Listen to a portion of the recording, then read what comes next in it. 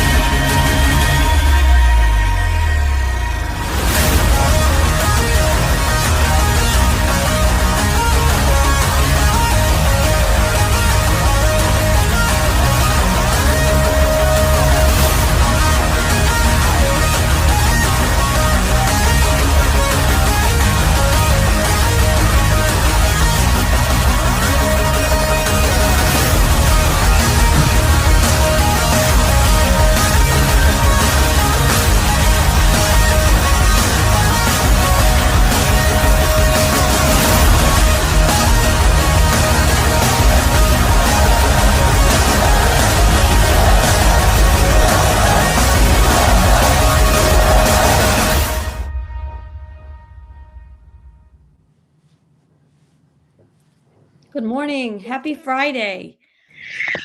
How you guys doing today? Stu, are we okay on Rumble? Because I'm not seeing it. Yeah, everyone in the chat, give us a, we don't normally do this, is it? Give us a 5x5 if we're live on Rumble. Yeah. I think it's working. I think it's all working fine. Okay. Yeah. So, Patriots Across the Pond and Frens, Red-Pilling Rene, episode 10. An awakening journey in real time. Now we have this is our first session back since we're all out eating fine food and wine tasting and enjoying a lot of time together at the Awakening Summit. So how have you been, Rene, since? And what was your experience of the summit? So 5x5. I've been well. Everything has been great. I will tell you the summit for me was so relaxing. Really? And I'll tell you why I think it was relaxing. Because, you can have all these thoughts, and then once you have the presence of all these experts and people that have lived what you're learning about, it adds credibility to everything that you're learning. It's like being a student in a college, and then you're a student of history, and then you decide, okay, I'm going to study abroad. I'm going to go to Athens and actually see the Parthenon and touch it and walk in the ancient cities, go to Rome, see the Colosseum. It's almost like I took a sabbatical. And what that did for me, it made concrete many of my thoughts. You can see stuff on YouTube, but it's like TV. It's like you don't know what to believe. But then you speak to the people, you meet them, and you're there with other people that are trying to learn as well, and they're asking questions in a dynamic, engaging way. And that dynamic exchange further reinforces your learning. So, yes, sir. No, that was beautiful to hear that, really. That was actually wonderful. Now, you're just cutting out every about 4 or 5 seconds ago. A little pause. I don't know if you can better your internet in any way.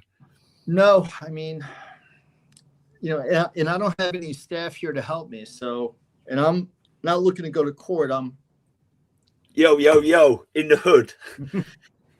Yeah, now I bought myself a Yankees hat. Is that to your favour, or you all Mets all the way? No. So I grew up as a Yankee fan, and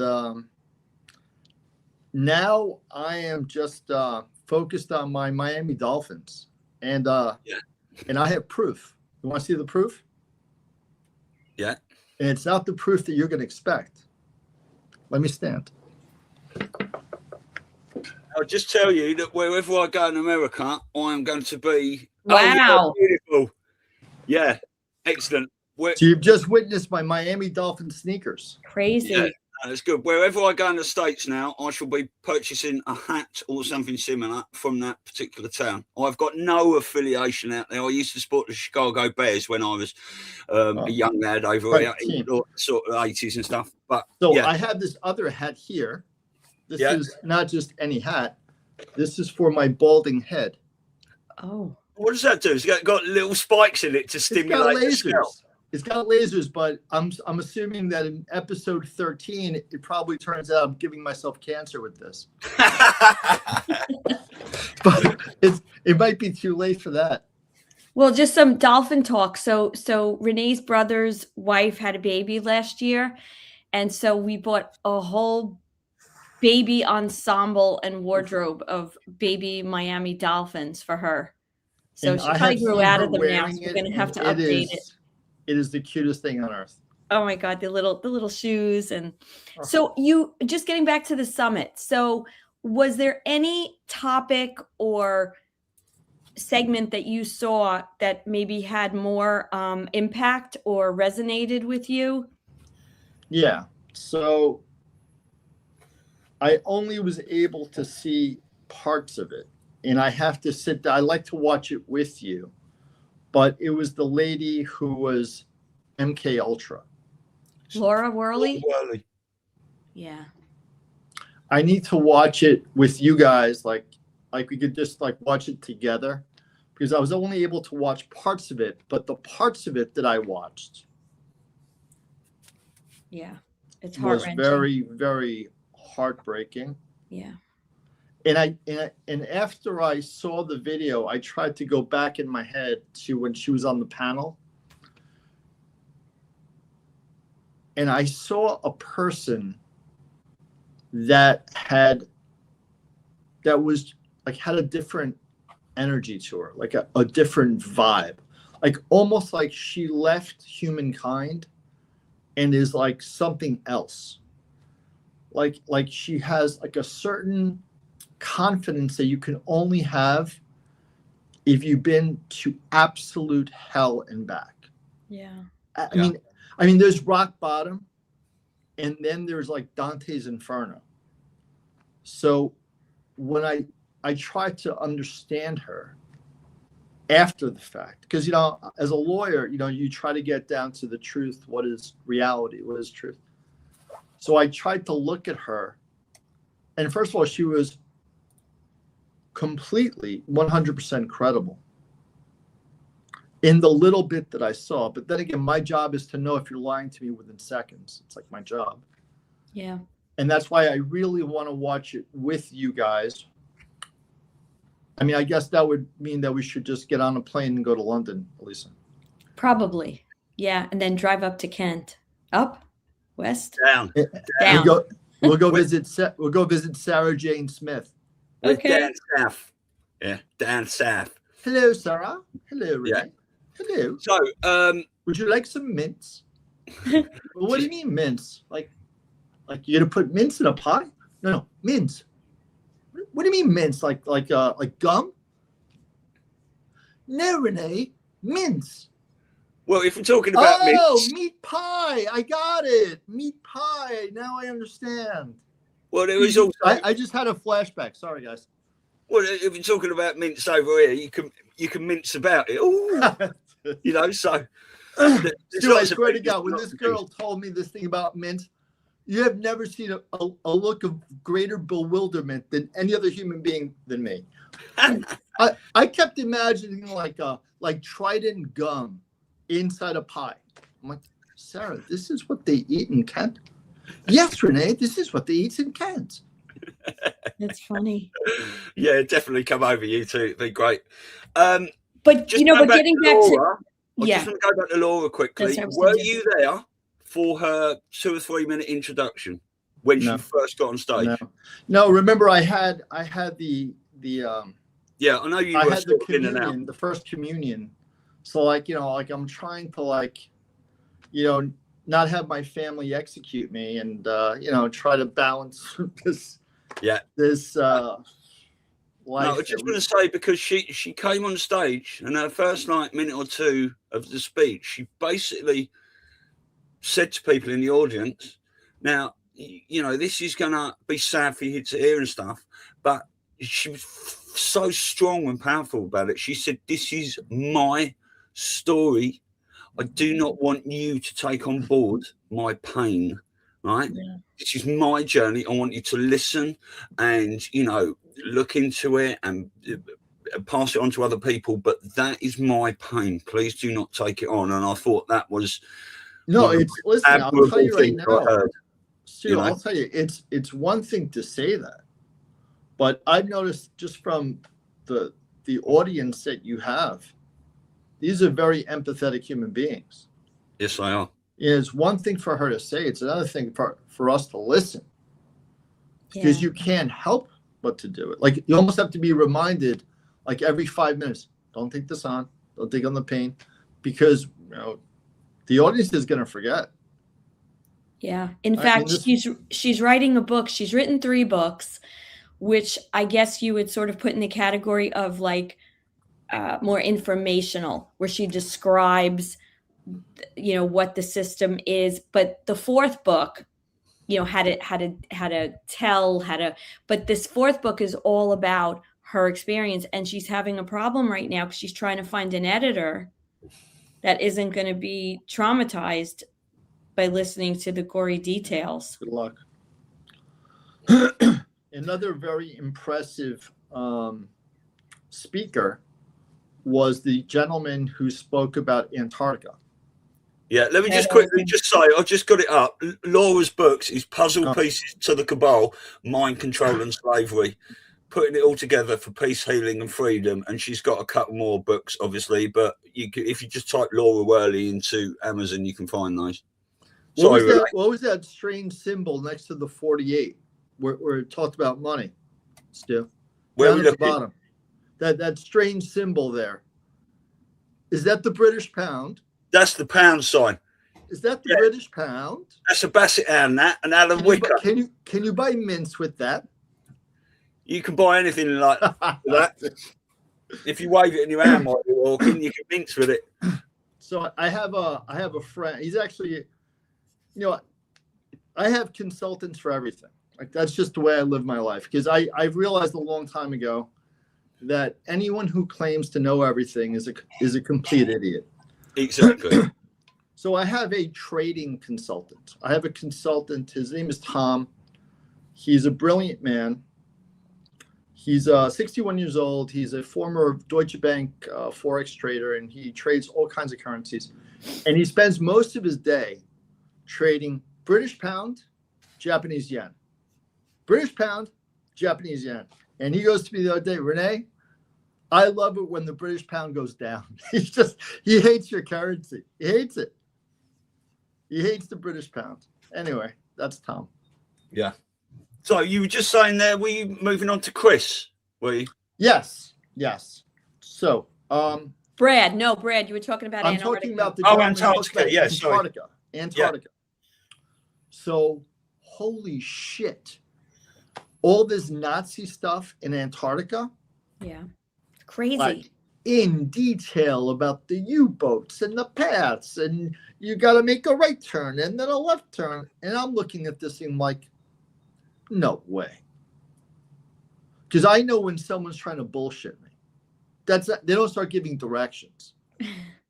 They just say, it's over there. Have you seen yeah, I swear the light was red. I swear. Yeah. Have you looked into I know bullshit. So the exhibits in German, and you could tell the guy speaks fluent German because he's giving a speech in Germany. Then they're not going to have an interpreter, and from the looks of him, he's quite German. So you could tell that a lot of his research was done in native German because he's fluent in native German. And the way he was able to convey this continuation of the Third Reich into the Fourth Reich, and then incorporate that migration not only to South America, but also North America. And that coincided with some of the things that I've seen myself independently, involving, the Bushes and who else was it? Oh, because the Scherfs, Yeah. going back to their original. Yeah, with family, the with Mengele and Martin Yep. Bormann. and I put that connection together based on my own independent reading, and also red pilling, and I was like, aha. Yeah. So it never ended. Well, you will definitely enjoy. And Fauci as well.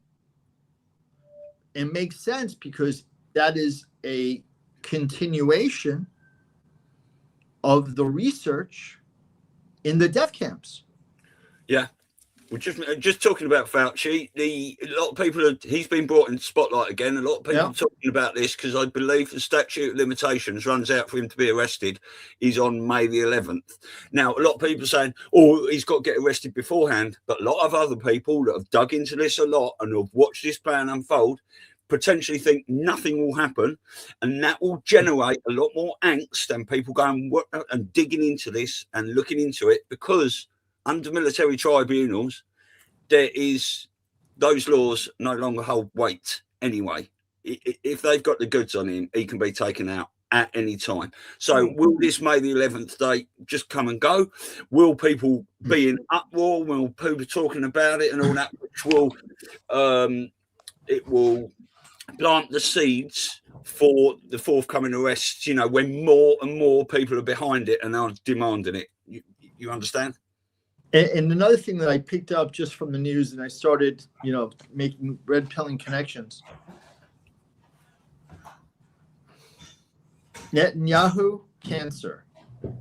Rudy Giuliani, dying. That's not a coincidence. Yeah, a lot of things are happening all at once. Just going. And look at this thing. I came across this in my middle of the night crypto studies. So SARS-1, 2002. Swine flu, 2008. Ebola, 2014. COVID, SARS-2, 2020. Hantavirus, 2026. It's every 6 years. 666. 666. It's the number of the beast. Yeah. And 6 feet apart. Remember that one? Right? That's how they stand in their circles. Oh, absolutely. What I wanted to say, though, just going back to the right. Let me just add this. Oh, yeah. 2008, oil spike, H1N1 influenza. 2014, oil crash, Ebola virus. 2020, oil crash, COVID pandemic. 2026, oil spike, hantavirus. It's almost comical at this point. Yeah. It's always a pattern. It's comical. But the more and dare I say, as a student of markets, it's almost like the crash and to blow up the stock market. Because this is how these people make asymmetric wealth. Yeah. Because they buy call options and puts because they know the information beforehand. Yeah. And, the Nancy Pelosi freaking portfolio. And they just make unreal amounts of money based on stuff that they're creating. Well, why do you think they pushed Trump for ages to release his accounts, and he held them back, and he held them back, and he held them back, and he held them back, and then when he released them, he was squeaky clean. In fact, they found out that he paid too less tax or too much tax or something like that. This is all setting precedent for when Nancy Pelosi and all these other people come into the spotlight and we dig into their taxes and why they earn $300,000 a year and are worth 40 million. And all these things. Yeah. And then in the COVID vaccine everywhere. And then in the COVID vaccine, I'm going through like my little reveries here. one of the risks of the vaccine, which they didn't really tell people about, just it's in the small print, hantavirus pulmonary infection is one of the risks of the COVID vaccine. Yeah, it was on the Like Pfizer document. You want proof? I got it right. Yeah. Is that what I sent you? No, that's Yeah. my No, one. honey. No, That's honey. my- I did that on my own. Good. Are you sure? Sure, that's not my post because I highlighted that. Oh, then I thought I forwarded you and I it. are clearly thinking together. Right, in, And then title. here we go. Here's more stuff. Right. Well, I'll tell you what. 2022 mRNA patent for vaccine for hantavirus. Yeah. 2022. Listen, and if you go back into, I think it was 2014 or 2012, that's where you will find the patent for the coronavirus, for the for COVID. But the point with all of this is that if we take that higher view, you've got like the minions like Nancy Pelosi and all these people who are making millions because they have inside information. Mm-hmm. But it's a bigger picture than that, because it's not about those people who have the inside information. It's about the puppet masters who actually control the stock market, actually control everything, caused, let's just one example, 1929 and the Great Depression, and people were starving and lost fortunes for years, destroyed families. And they were, having their at that time, billions, maybe trillions. So it's the bigger system of complete and utter control that they've had over every aspect of what we do. So Everything. check this out. I've never done this before, ever. I have never individually purchased a magazine. Just like go online and buy a magazine. So this month's The Economist. I mean, I just want to get it so I can read it and then blow up the cover. You want to see this cover? Yeah. Look at this thing. It's the virus and then everything connected to it. Because it's almost like they're saying, this is how it's going to affect everything.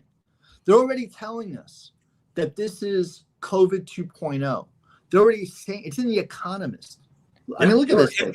I literally want to put this on my wall. But let me just say something about The Economist. Stu, you might be able to correct me. If I'm not mistaken, I think that was a Rothschild-owned magazine. Yeah, which should tell you what? They already know how it's going to affect it.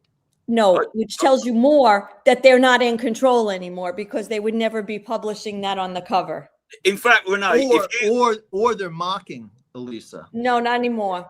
Not anymore. Patriots in control. Now, let me tell you something. You could go back online and look at every cover of The Economist over like the last 5, 6, 7 years potentially, and you will see codes and decodes in everything that you haven't seen before. We've been looking at The Economist cover for years. Oh, now. Really? You guys are unbelievable. I can't can't got you with for anything. Right. So what we want to do? You said we want to talk about the hantavirus bit for a bit. So, I mean, we kind of have been. Yeah. Wait, so can I just go back to Antarctica just really fast? Okay. So one person that you will absolutely love, and maybe we can arrange to have her on when Renee's on, is Laura Eisenhower, because she has been talking for years about how we, the United States, won the war against the Germans, but we had a surrender agreement with the Nazis. Right. She said that. She said that at the event. No, she wasn't there. She wasn't there, but Brad might have said it, or he. Someone said that. I knew that from somewhere. Maybe I got it from you, Elisa, or from you, Stu. Yeah, and what's interesting is she can bring the perspective, like Brad brought this whole perspective of from Antarctica, and that is the central point. She brings it from the perspective of Ike and what was really going on, and how there was these wars going on under, like in Dulce and New Mexico, and his his trying, if you will, to go after what was going on, Area 51, all that stuff, and then how the MJ-12, the Majestic 12 in the military-industrial complex went behind his back and signed these agreements with these negative entities. So that would be a really cool thing for us to like discussion, because she's so well versed. Yeah, Laura's amazing. In fact, the first time we had her on the interview, it was one of the first times, you know, I really sit back and listen, because she's on fire. You know what I would love? What I would love, just for my own edification, because I am fascinated by her. And you know who else is also? Because my wife is just like she's like a different cat. When I mentioned to her that Laura Eisenhower was President Eisenhower's granddaughter, great-granddaughter, immediately I got her attention, because she just thinks she believes, and she is red-pilled through me as much as I send her like whatever I could find, whatever you guys send me. She actually has more time than I do to look at this stuff. But once I gave her that pedigree, the familial pedigree of Laura Eisenhower, that rang with her. That rang true with her as a true source of information. So, you know, that's important, because she probably was raised with information. Believe it or not, well, I'm not going to get into her story. It's really interesting, because it kind of does. They tried to recruit her to go to Mars. It goes really, really deep, and I think Gisela will probably really enjoy when we did do an interview with her, which you could find. I could send you the link, but it was interesting in real time to have a discussion. But anyway, if you want to, guys, check this out. I'm going through all this stuff here. Look at this thing. I mean, these are like screenshots I come across. So this says, the owners of the ship worked in biolabs in EMC. So the owners of the lab were connected to the lab. The owners of the ship were connected to the lab that was working with hantavirus. Yeah. I'll tell you what, in future, Rene, whenever you get these screenshots, send them in our REDPILLING Rene Telegram chat, and then I can have them on the screen for everyone. Yeah, because what I'll do is, I could send this one. I can send this one right now. Don't worry about it. Well, you can send them now if you like. But what I've done, after you said I want to talk about hantavirus for a bit, I've just got some stuff here. This will probably take us about 20, 30 minutes to go through. So we can all have a discussion about this as it goes. Great. And I just think it'd be interesting for people. So it started with it. Now, you can spot a liar, Rene. I want you to gauge this man, because this is the video the mainstream media was putting everywhere. It started on a cruise ship. We had a lot of that in COVID. So just tell me, this is the mainstream media putting this out. Tell me what you think about this video. Listen, I'm not perfect, but I do it every day, so I'm good at it. I'm not putting it out there like I'm like this human lie detector. I'm not. But when you deal with bullshit all day long, you get good at it. So hey, wait, really quick before we go, Stu, someone just put a Dutch Rumbler just put a really nice comment up. Do you see it? Which one? Rene's becoming a frigging awesome. And on research, guys, glorious. Yeah, thank you. That's beautiful. Try. So I mean, I'll tell you what I've seen from this video. Number one, I think it's full of shit. Number two, I think it's acting. And number three, it's definitely reading from a script above the camera. All right, so let's do it. I'll tell you what I think. I'll forget what you just said. La la la. Let's do it. I am currently on board the MV Hobbyist, and what's happening right now is very real. Oh, all right, he's lying. That's it. He's lying. He's so good. I don't need. It's over. He's done. Yeah, but all right, it is still the information he's giving. So let's try First of all, look, listen, it's only 44 seconds. Let's play it and we'll talk. All I needed was 3. Yeah, but you don't. We all know he's lying now. All right, let's listen to what he's saying. Let's go. I am currently on board the MV Hobbyist, and what's happening right now is very real for all of us here. We're not just a story. We're not just headlines. We're people with fuck off. With lives. No, bro, you have no families. I know what you have. And that's the hardest part. All we want right now is to feel safe, to have clarity, and to get home. So if you're seeing coverage about this, just remember that there are real people behind it, and that this isn't something happening somewhere far away.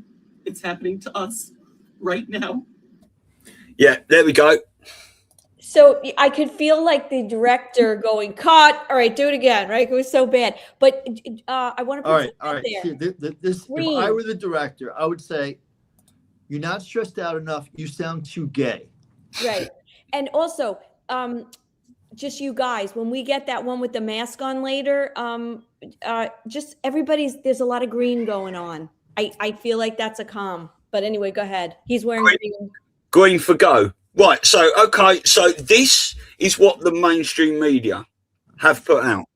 So this is what the Anons, this is why you should not listen to the mainstream media and get your information from Telegram or wherever, not Instagram or Facebook and fucktard places like this. No, I'm locked in, Stu. I'm only into red pill stuff and buying the last vestiges of a crypto bear market. Trust me, I'm quite locked in. He needs a handkerchief. I'm very locked in. Trust me. So I'm now up to helping out my grandchildren. We're good. So Anon's they're not born yet. So Anon's found this account, and this account was created in 2022. It's only got 5 or 6 posts on it, I believe, and this is one of the posts. 2023, Corona ended. 2026, hantavirus. Now, this is 6/11/2022. Obviously, if you turn the 6/11 up, that's 9/11, right? It's also 17. It is also a 17. Another 17. Yeah. And you had that other one with the shooting at the correspondence dinner.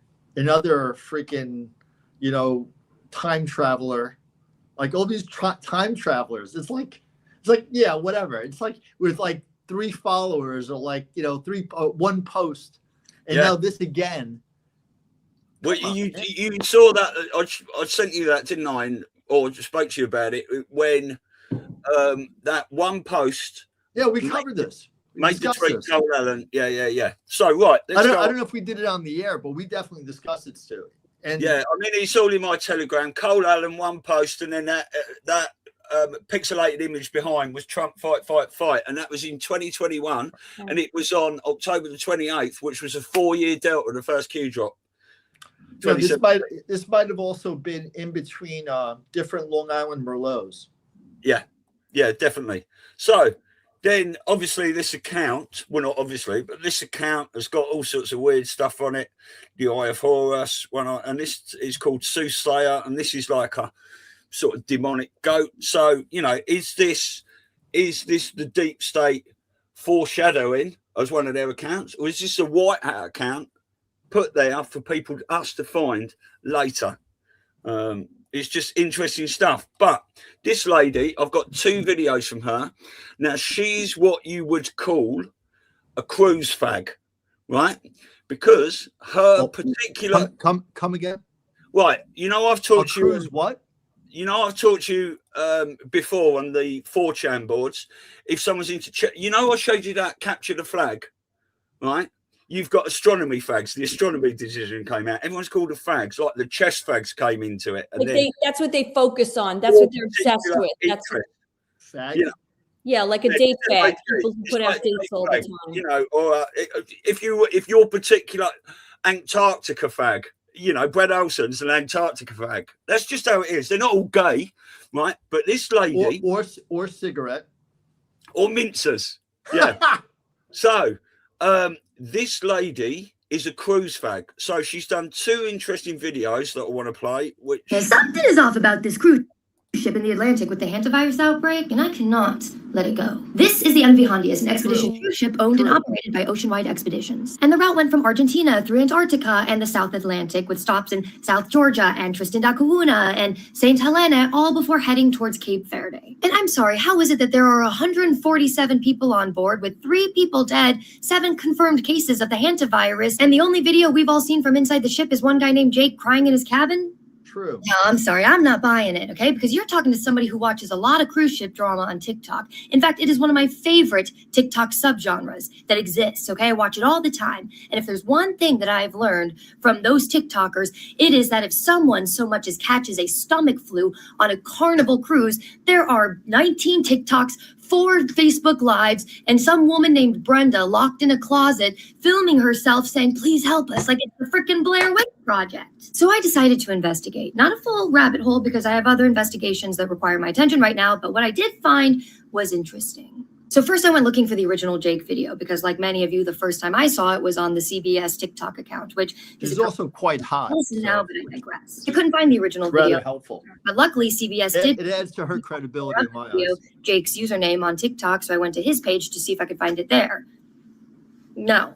So I started scrolling through Jake's page and I learned that he is a Boston travel content creator and he's been to like hundreds of countries. Although none of his videos have gotten like a super high amount of views, but yet he's got 5.6 million. I just know that that's weird. Anyways, he's got sponsorship links, he's got collaborations, he's got a Yahoo email. And if you go over to TikTok shop, he's hawking a bunch of, travel consumerism junk. And I'm scrolling through his posts and he's got this weird PR statement as one of them. Mind you, he didn't even post the video that he sent to CBS on his own account, remember? So I don't know, it's weird. But then I hit this penguin video from the trip and it's a stunning video with a high resolution camera. And I mean, look, the sky is insane. It's clearly very beautiful. But just keep in mind what this sky looks like, okay? Because it's gonna come back later. In fact, his photos and videos are so beautiful, it is kind of hard to believe that it's not AI. No, but Michael.Elizabeth08, I'm with you. So I went to Google and searched for the name of the ship, the MV Hondius, filtered the dates to be before the outbreak became public, and went to videos to see if I had missed anything, because this is the exact kind of trip where you would normally see people posting pictures of wildlife or videos of the sunset or rough seas with the yo-ho sound, cabin tours, meals, anything. The only videos are from Jake Rosemarian. This is weird. And then I read about one other passenger who was quoted in BBC and AP coverage named Kazem Hato, also known online as Ibn Hattuta. Sorry if I mispronounced that. This guy. And he sent over footage over WhatsApp to AP News and BBC, and he gave them quotes specifically saying, actually, morale is high. People are watching movies, reading, and drinking hot drinks. 3 people are dead. And then it gets even weirder because he's posting stuff like this on his story. You can pause to read it, but the second paragraph says, this whole situation has been blown out of proportion, partly because of one person panicking on the ship whose video has been circulating on the media. While his reaction is valid, it doesn't represent the situation on board. Everyone else, 148 out of 149, has been calm. The situation is under control, and we just wish those who are sick a speedy recovery. And his videos also look cinematic, except if you'll notice, his sky is blue. His video clips around a lot, but from every which angle, it's the same blue sky. You mean to tell me that both of these content creators were there during sunset and Jake's the only one that got a video with the beautiful pink orange sky? Fools. They think we're fools. I mean, come on, you expect us to believe that after the outbreak happens and people are locked in their rooms forced to quarantine and the only 2 passengers from inside the ship we hear from are 2 travel influencers? Nope, absolutely not. As a dedicated consumer of cruise drama TikTok, I reject this whole premise. Look, maybe the cruise company told them they weren't allowed to post, maybe the Wi-Fi is bad, or maybe everybody on that cruise ship just genuinely has great self-control, in which case, good for them. But I'm just saying the silence to severity ratio is weird. Thoughts? Hold on a second. Mama. Oh, there we go. Mama, you have to understand, I am a internet star. So right now I'm on my show. I cannot disappoint the fans. I have to go back to the show. I will call you later. Look, well, it's fine. I will call you later, but let me just go back to the show. I'll call you at 10 o'clock. Don't forget to tell her. She doesn't realize who she's talking to. Yeah. So, thoughts on that video? Brilliant, because that is what we need. This is the stuff you'll never see on the mainstream media. So here's Stu. I can tell you right now. I don't have to even. I didn't even have to listen to the content to know who is telling me the truth. I know within seconds. It's if I were to quantify, which I've never done, the things that I look at to know if someone's telling me the truth, I could probably do it right now by comparing the two. I like to start with the girl because she was last in my brain. So, and I like to leave the stupid deceiver for last. Fucktard. So here we go. You're muted, Stu. Stu, you're muted. Right, well, we're going through them bit by bit, so let's discuss each video as we go. So let's right? put the girl. I just want to say one more thing. This is not forgetting the penguin comms that we have seen coming out from the White House, Dan Scavino, Trump, and all these people for months and months. Did you just say penguin comms? Penguin. I did say penguin comms. Oh, Jesus. All right, let's do an analysis. Let's also realize that guy, that idiot tard that was just on. I mean, like a 4-year-old could tell. You know what I'm saying? I mean, I appreciate your wisdom of seeking out bullshit, but I think I think it's. I don't think we need to focus so much on that retard. I think we should focus on the cute redhead, because when you see someone like that, you don't really even need the content to know it's true. So 95% of all human communication is physical. It's all body language. So let's take a look at what she did. Her speech patterns were given to explain. There's thought behind it. There's process. There's logic. You could tell just by the patterns of speech as they're presented. The tone is disbelief and outrage combined. It's like, does that make sense? She's like, how is this possible? But she's like, it's like, what is this? But she combines it in such a way that only is like gestalt. It's like coming from her gut. right. She gives proof, actual proof as to why this is bullshit. She has a thesis which is not scripted. It's simply supportive of what she feels. So she feels it and then she supports it.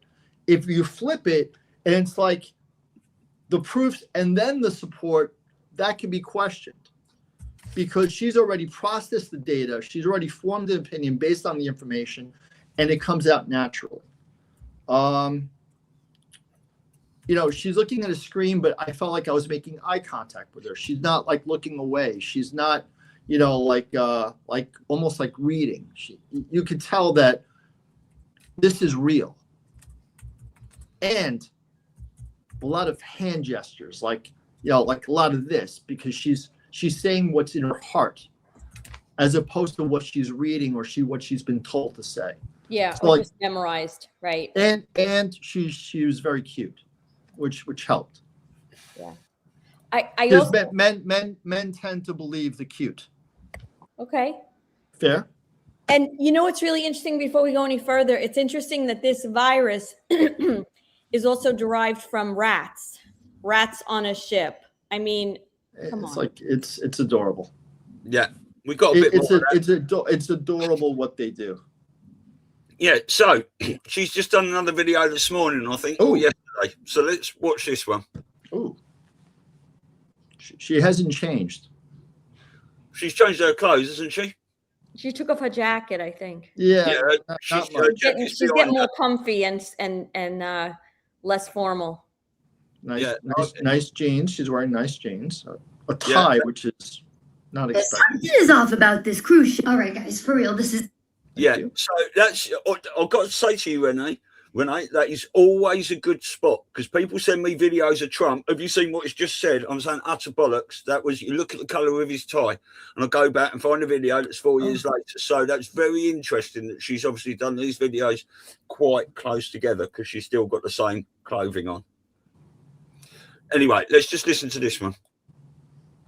It's the last mini deep dive I'm doing on this hantavirus cruise ship thing. Well, allegedly. We all know I have no self-control. So I went back and tried to strip this thing down to just source documents. So like not anybody's reporting on someone else's reporting, but like actual documented sources, and I found a lot of red flags in doing so. First red flag, the official departure date is completely inconsistent. I found from 2 government sources 2 different dates. How come the CDC of Africa says that it was on March 20th, 2026, that the ship departed Argentina, while the World Health Organization says that the vessel departed Argentina on April 1st? Can we stop? Can we stop? What's the CDC? Yep. Didn't the Zionists recently take up residence in Argentina? Didn't they burn down a whole bunch of forests? Well, there's talk Hitler didn't actually die and went to. No. But there's like there's an actual new Zionist enclave in Argentina because the president of Argentina appears to be a Zionist. If you look up videos on the president of Argentina, you see him kissing the wall. You know, They've all kissed the wall. Yeah, like Trump could kissed it the be? wall. Could it be?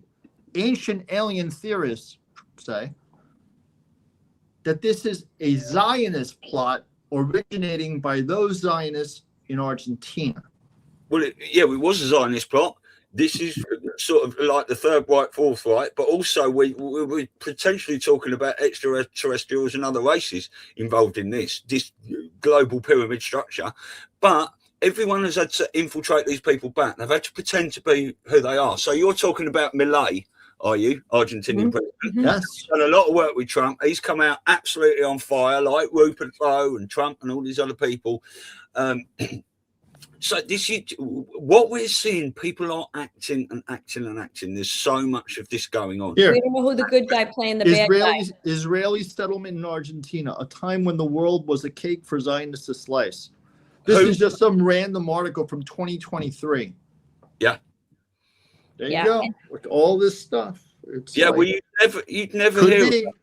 Maybe we should investigate that. No, but listen, if we're looking at Milei and he is, he calls Netanyahu his dearest friend, and he visited the Western Wall, right, and all this other nonsense, and he, expresses his support of Israel to defend itself, right, the usual rhetoric. Well, Trump has played that card too in the past, right. And so don't forget, this is an exposure operation. And so the good guys could be playing bad guys playing good guys. So we don't know. That's the whole point. I just found it unusual that the ship departed Argentina. Right. Argentina is not this like massive cruise ship port. Right. Yeah. It's not Puerto Rico. It's not Miami. It's not Rome. Yeah. Argentina. It's an exposure operation. And she's just said, they actually say it departed on April the 1st. Well, that is a nod to everyone straight away. The Artemis mission was on April the 1st. It's fucking bullshit. Right. So, I'm sorry, I didn't mean to interrupt, but no, that's good. That's good. We got plenty of time. Yeah. Let's finish. In law school, we learn like you hear something and then you do this, and then it actually reinforces the learning. It's part of it's an offshoot of a Socratic method. It's like, you hear something and then you debate it, and then it cements it, and then you continue, and then you debate it, and then it cements it. So it's just for my studies. This is how we used to do it. So I'll try not to be so. Well, you got 3 minutes to button it. 1st, 2026.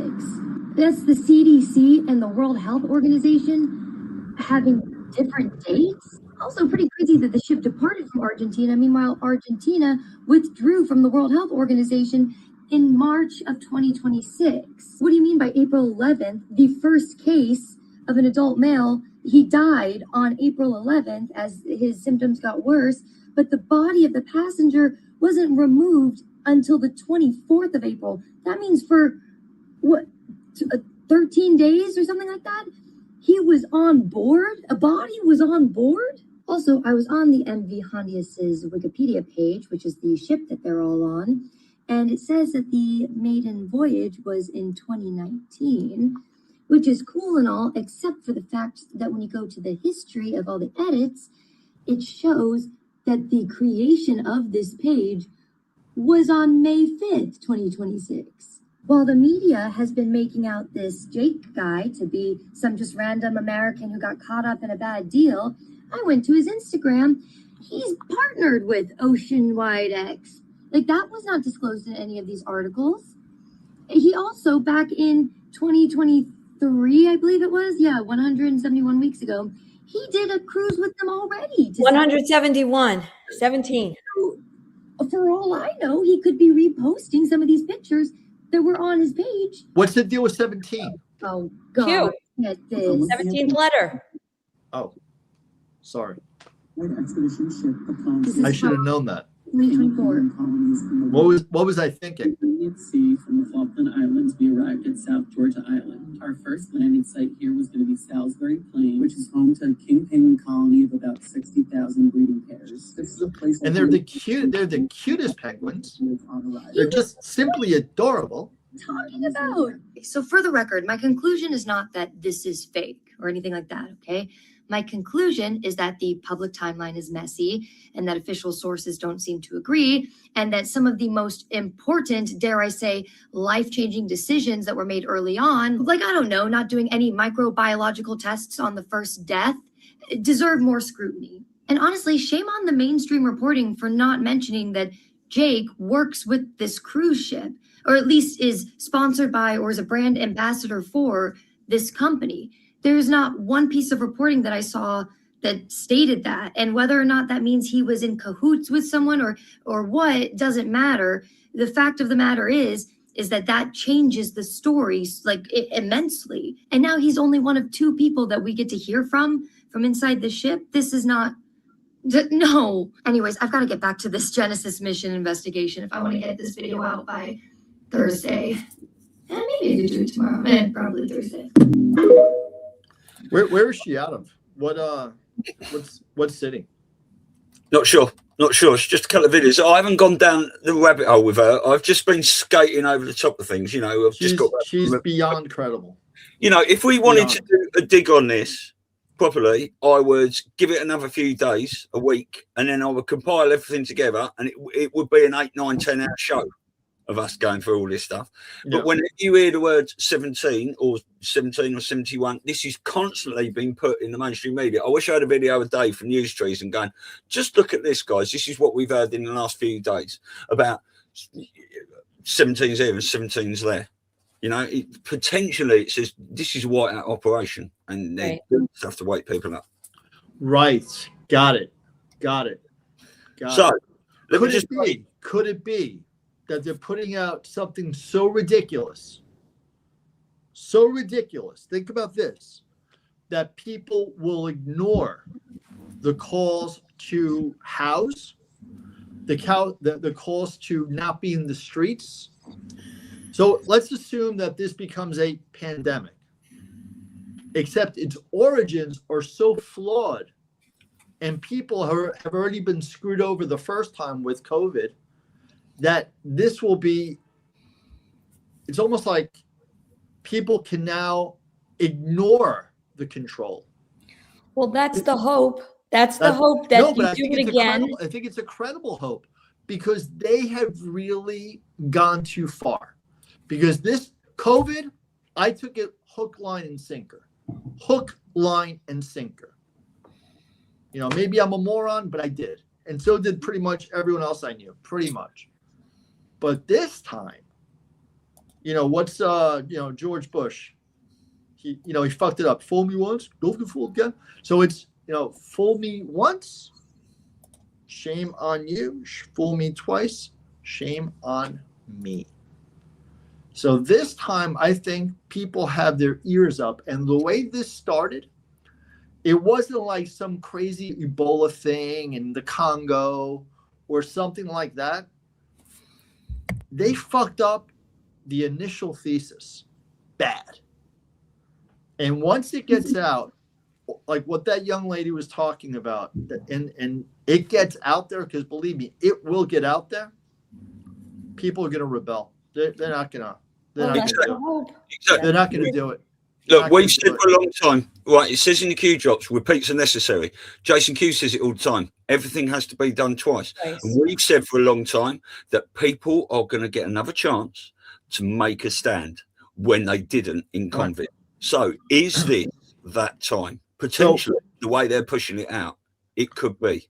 So when I buy stocks in crypto, you know, one thing that you learn is that you want to see a retest of a level, like you know, when things go up and, you know, charts go up and down. And I typically, if I miss the initial run up on anything, I sit back. I have incredible control, and I could wait. It could be sometimes for months for it to retest the level. So this is essentially the same thing. So you want to do it twice to see if people fall for it again, then we're in deep shit. Then we're screwed, because then there'll be 3, 4. They could do this to us forever. But it's like a test balloon. The canary in the coal mine. The first one was a test balloon. Okay, can we have all these people controlled 6 feet apart in their houses, not working, print endless money, you know, lower interest rates to 0, print away, devalue the dollar. Oh shit, it worked. Yeah. Now that let's see if we can do it again. Yeah, well, that is obviously coming from the position of the dark side is in control, which they are not. So potentially, my point is, they're trying. There has to be an attempt, because this is bullshit. I mean, you look at it as a white hat, but there's also some gray. You know, we have to think. Yeah.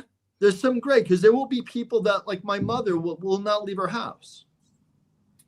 Right. Like my Aunt Lourdes will not leave her house. Yeah, but the thing is, she will not. Potentially, the white hats do want people at home for what is about to go down. Yeah, see, we don't know. Do they want us home? It's the white hats. It's now I'm confused. Right, and secondly, it's the white hats gauging where the population of the world is now. Are they ready for the big reveals that are coming? And how many people are going to stand up? We've said millions of times, the military is not just going to come in and save everyone. It has to be organic. The people have to be ready to take this power back. And are they there? The white hats are constantly running operations to see where the people are. Right. You can't remember, we still have Operation Blue Beam, right? Operation Blue Beam hasn't happened yet. Yeah, but potentially the white hats are controlling all this anyway. And if it does happen, how many people are going to fall for that? A lot. Well, but they might, but many won't. I've said to people for a long time, if you see someone in the air, these are sheeple. These are sheeple, Stu. Yeah. We're definitely ahead of where we were in 2020. And here's the thing.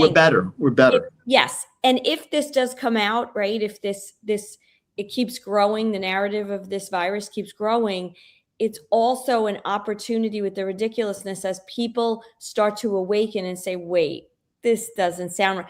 It opens up the door to now talk about what really happened during COVID.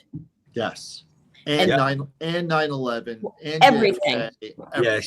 Yes. The whole point of this confusion is to get people discussing everything and ultimately come together in the end. But people need to be confused so that, like, if things get so confusing, people then have to go, this can't be right. You know, when all this discussion of everyone going, well, this is not true, that's not true, and coming in from all sort of angles, this is what it's been designed to do. Anyway, let's move on a little bit. You want to know things? Humanity needs only like one collective aha moment. Yeah. For them to say, for the people to say all of a sudden, wait a second. And if enough people say, wait a second, then those people will tell their friends and loved ones, wait a second. And if there's enough wait a seconds, there'll be growth in the wait a seconds. And then they'll be on the lookout for more data that doesn't make sense. Because they're hitting us with a lot of bullshit. Yeah. You're hitting us with this, White House thing, and like right after, now it's this like COVID 2.0 thing. It's like, and then you have the markets going, oil like this, oil like that. The war is ending. The war is not ending. It's like you're having a spasm. Yeah, no, it's constant chaos. That's It's like, bro. Look, it's been designed by the good guys for that reason, because over 2 decades ago, a lot of us had these moments, and we've been telling our family and friends since, and it hasn't gone anywhere. They think we're fucking crazy, right? So this is going on and on and on, and it will come to the point where people cannot look away anymore. Everything that happens every day, this hantavirus thing, maybe 20% of the people, say 50% of people fell for COVID. It's probably more, but just say that. Out of those 50%, half of those will potentially go, I'm not doing this antivirus bollocks now. So the number's going down and down. 107 says all the time, we have to be over an 80%, 81% before the hammer goes down, you know, so that when it does, there's not all these people coming out in the streets burning everything down. Antifa have been, you know, infiltrated by the White House a long time ago. They've been pulling them out in 2020. We were watching it all. It's amazing. Anyway, let's just move. You understand how scary COVID was for me? So I own a law firm. I have all these employees and their families that depend on me for money. How absolutely petrifying it was for me, knowing that I have another 2 months of revenue, and after that, the court systems are shut down. Yeah. Supreme Court's shut down.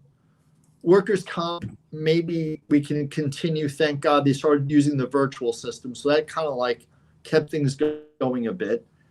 But what made it absolutely petrifying was that I had to depend on, and I'm a Cuban American. So like I'm like the anti-communist, you know? I had to depend on the US government to give these loans that would be eventually forgivable and not considered income. And I'm thinking, they really want me to expect? And this is a guy who got screwed over on Hurricane Sandy. When I called FEMA and they said their first question, how much money you make? And I hung up on them. So here I am. Okay, so now I have to depend on the US government to do right by me and my employees, to give me essentially $250,000 every 4 months so I could pay my payroll. This is where we are. I'm thinking, I ain't going to make it. And then I have to go through Capital One Bank. I have to go into this portal I've never used before. I have to submit an application and pray. But it worked. But I didn't expect for it to work. Right. So what they want is that they want the people to depend on their overlord. Yeah. Because, you know, people have jobs. People forget where the money comes from. It comes from people like me. That's how they get paid. It's not like the money comes from the sky. You know, so for people in general, it's scary, but for employers, yeah, it's scarier. Very scary. All the people that went out of business. It was so many. Yeah. So many. But here's the thing. We're going to have a human, Stu, I wanted you to realize this. We're going to have a human anthropological experiment this weekend because we have Mother's Day at his aunt's. You better control yourself. I will. Young lady. So we're going to see if this becomes the topic of conversation and the fear factor, but there's one variable, two, because in the day, George was kind of there saying the vaccine doesn't do anything. It's kind of bullshit. And they, thought he was nuts.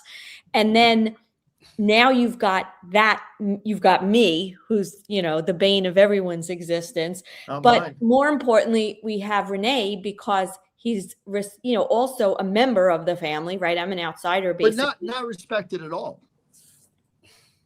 If they only knew. Well, I think you should go in there coughing and sneezing. And I just want to say, I've just left that. But should I do it sounding gay? If you like, whatever you feel, right? I just want to say, I've just left that comment from John on the screen there. You can't tell the people the truth. You have to show them. This is what the last 20 years has been about. And sometimes that's not enough. It's the most perception's reality. line of the Q drops for me. That is 100%. And Wendy said, my mother-in-law will start washing her groceries again. She's used to work at the doctor's family, so brainwashed. Yeah, totally agree. Anyway, look, guys, let's move on with this a little bit. Yeah. So this is a bit from the X-Files, which is interesting. Ooh. You all right? You know my work? I was right about Dallas, wasn't I? How were you right? Are you familiar with the hantavirus, Agent Mulder? Yeah, it was a deadly virus spread by field mice in the southwestern United States several years ago. According to the newspaper, FEMA was called out to manage an outbreak of the hantavirus. Are you familiar with what the Federal Emergency Management Agency's real power is? FEMA allows the White House to suspend constitutional government upon declaration of a national emergency. Think about that. What is an agency with such broad sweeping power doing managing a small viral outbreak in suburban Texas? You're saying it wasn't such a small outbreak? No. I'm saying it wasn't the hantavirus. Well, what was it?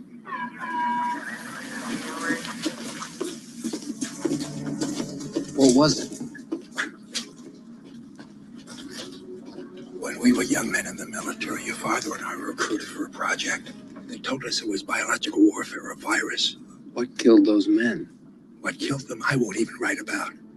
We have no context for what killed those men, or any appreciation of the scale at which it'll be unleashed in the future. A plague? The plague to end all plagues, Agent Mulder. A silent weapon for a quiet war. The systematic release of an indiscriminate organism, for which the men who will bring it on still have no cure. They've been working on this for 50 years. While the rest of the world have been fighting crooks and commies, these men have been secretly negotiating a planned Armageddon. Negotiating with whom? I think you know. Interesting. Now, Keep going. eh? That was Do you think that is quite petrifying. Come on. Yeah, this is all scripted. It's all scripted, right? It's all scripted. you know, Elisa and I could take you back to the 80s when they were doing this stuff. If not before, look at the songs coming out in the 60s and 70s, the lyrics and the music. And beyond that, going back to Disney and these old Mickey Mouse cartoons, you know, what the Ghost in the Machine came from 100 years ago. This is a battle between the good guys and bad guys that has been fought for centuries. Oh my God, you guys. I just took it upon myself to look up the meaning of Hanta. You ready for this? Yeah, I think, yeah. What is the meaning of Hanta? Definition: an exclamation or inceptive particle, expressive of an exhortation to do anything or asking attention, and often translatable by, come on, here, look. That's too much. Yeah. How crazy Look, it's a is that? virus. Look. Yeah. Look, it's a virus. Look. How crazy. There's gematria and all sorts coming out on it. It's phenomenal. See, now you can stand above. Like yesterday, I got a relatively concerned text while I was thrifting with my daughter, and I got a text from Steve's girlfriend, Shay. Where do you go? Where do you go thrifting? We go to this place Unique in Westbury, but Kelsey found a better place out east that's even cheaper. Do Anyway. they have Chinese pottery? I don't know. I'm gonna have to look. I had Gianna like start looking for it because I started getting the itch to buy something. But Yeah. now I'm like, I'm gonna buy one thing a year now. I think I told you this. Yes. I went from like, decorating my office here with like, you'd think like my last name was Lee, to buying one investment item a year. So now I'm going to become like a serious guy in this. So All right. so I'm always looking for like All right, I'll be on the lookout. opportunities. But my point is that Steve, George's son's girlfriend, who's just a sweetheart, she texted me and said, should we be worried about this hantavirus? Because of course Amazing. I'm the one that everybody comes to now with their conspiracies. And I said, absolutely 100% not. And then I gave her some of the stuff that we're looking at now and explained to her very simply.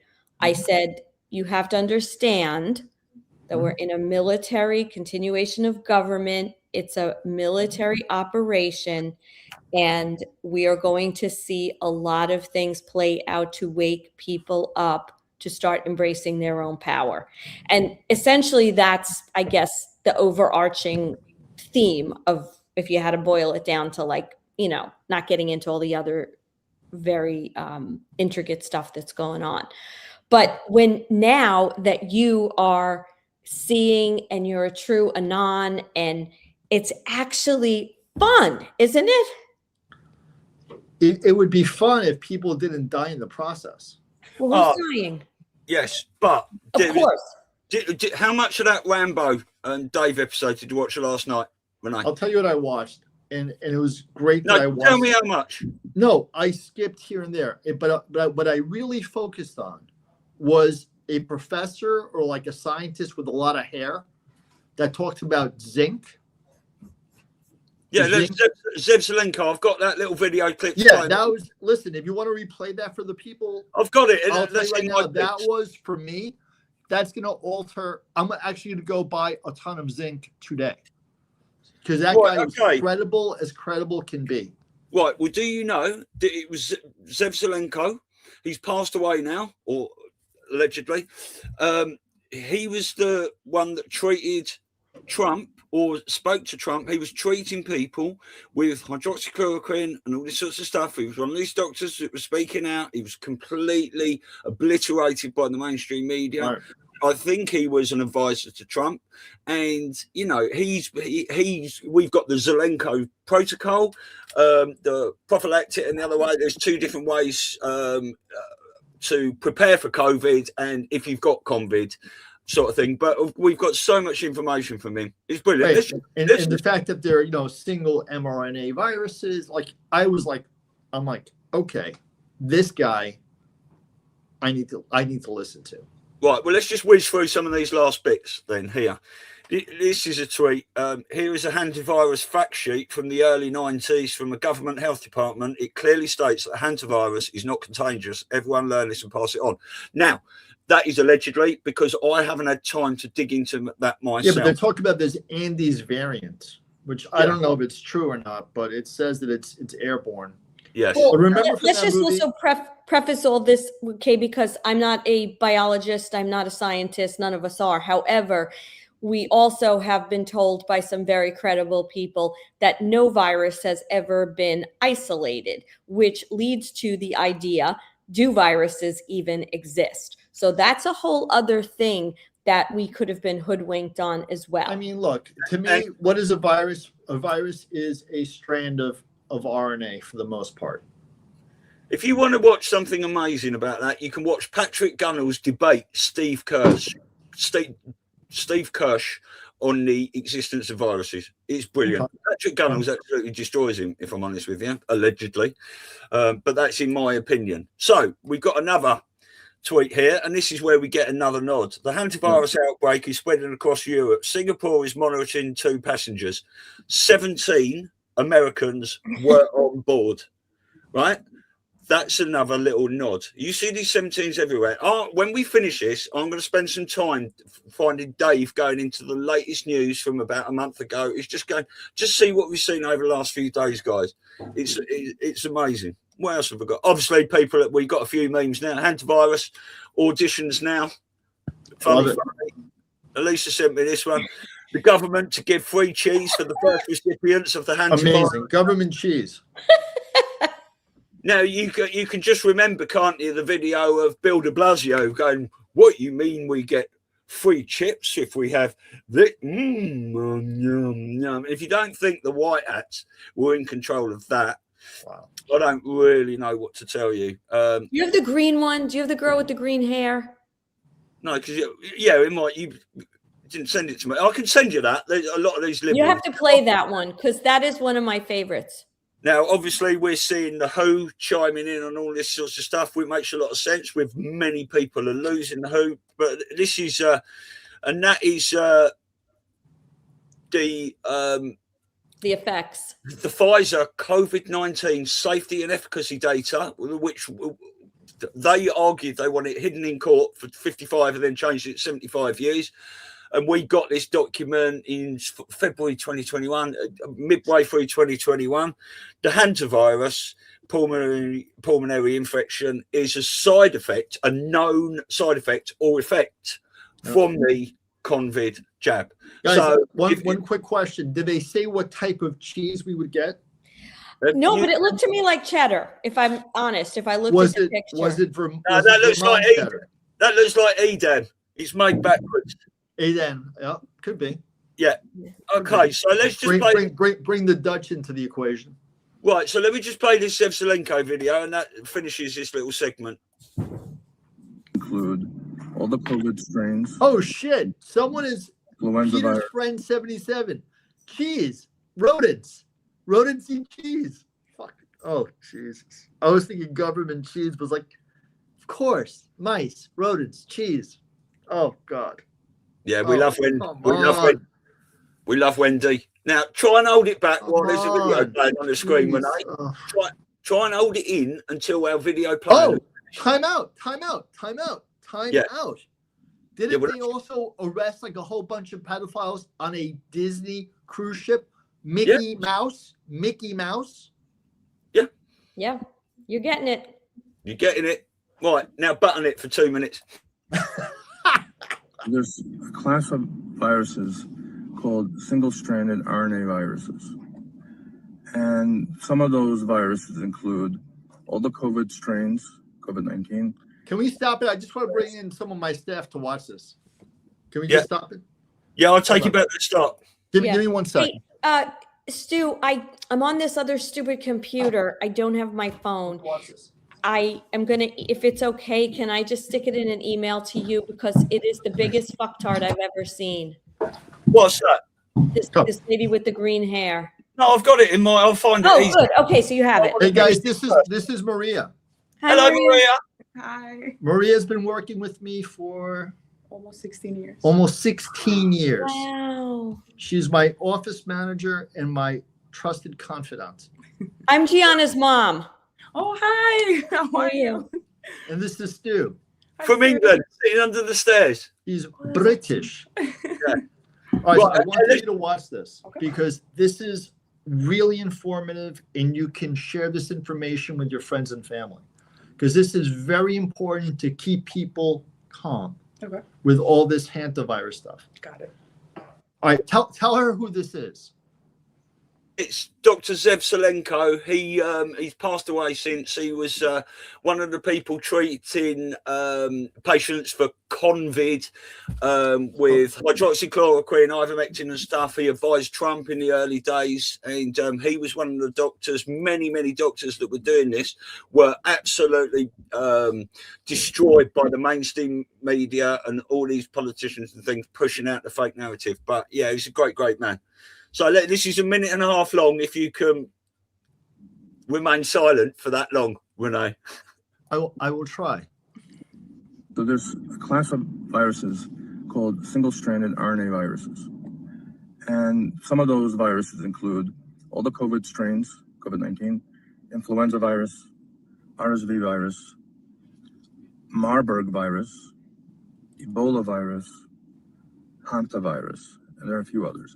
The point being is that they all are single-stranded RNA viruses that use the same common pathway in making copies of their genetic material.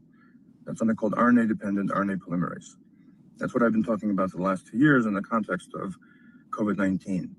But if we extrapolate that to think more broadly, then it's the same mechanism of treatment using zinc ionophores, and zinc could inhibit all the strains of COVID-19, influenza virus, RSV virus, Ebola virus, Marburg virus, and hantavirus. This has tremendous amount of national security implications. And I don't think anyone realizes this. And so I'm pleading with our scientists and the honest people in our government to investigate this, because as the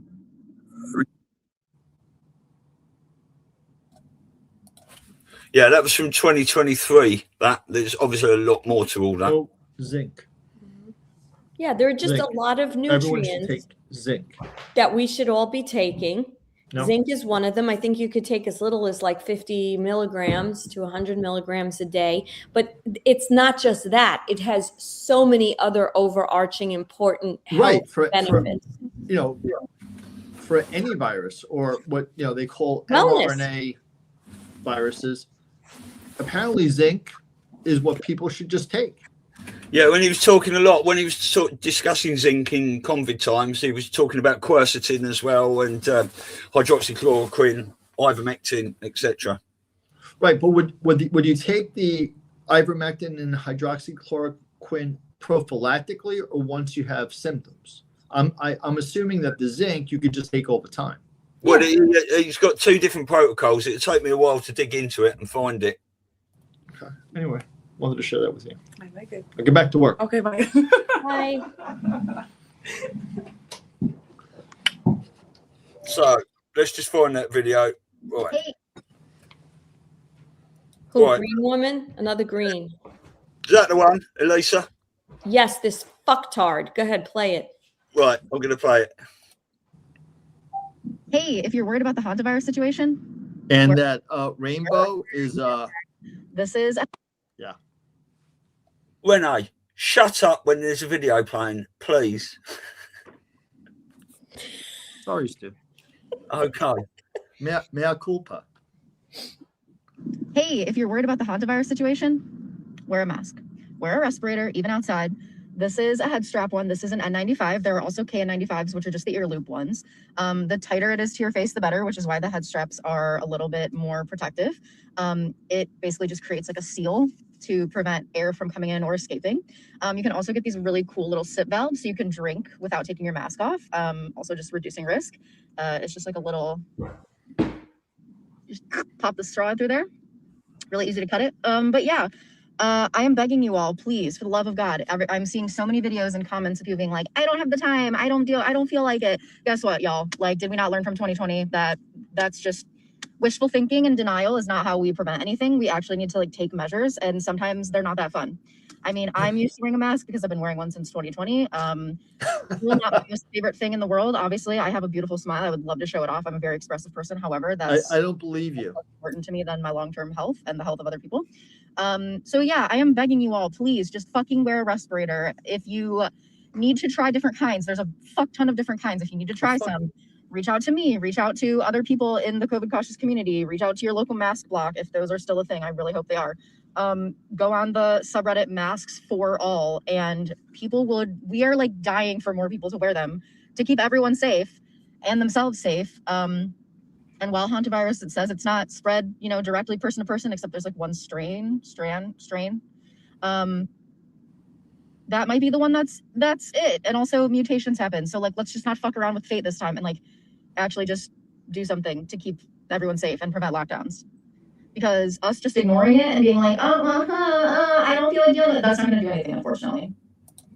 The COVID cautious community. I didn't know that was some. I'm just writing that down. That's my favourite phrase now. The COVID cautious. Cautious First of all, CCC. I don't know if that's for real. Like if someone did that, you know what I mean, and whatever. But let's just look at the science. If you open up the mask, you've just defeated the purpose. Number one, of an N91 mask. Number two, unless it's fitted. Do you ever see these people that go into these cautious situations, right? They don't just have like a little mask. You're still getting air in there. And number three, the rage, I wanted to just pop her like in her fucking head, the stupid bastard. But maybe it's also, could somebody be that stupid? I have such a hard time believing people could be that stupid, but I guess it's possible. She probably has like very bad teeth. And this is her way of integrating in the world and being woke. She's been wearing a mask for 6 years. She must have the nastiest teeth and the worst acne. Yeah. That is what brainwashing is all about. Or that is FORPOG installing someone to do a video from the 60,000 Secret Army. Well, fortunately, I have invested some hard-earned money in the state of Florida, so I will. If this shit goes down, I know where I will be, and I have my whole world is networked. Like I have all these. I'll show you. I had these. This was actually something I did before COVID, and by the grace of God, it got me through it. So you see on that screen, I've got that big bar on top by Cisco. Mm-hmm. So I integrate all the remote workers with the office work, the people who choose to work in the office. I have it on every screen in every office in Long Island and Manhattan, Florida, and my house. So I just turn on the TV and like the Brady Bunch. I got everyone on the screen. But here's the thing, Rene. I want to stop. You said if the shit goes down.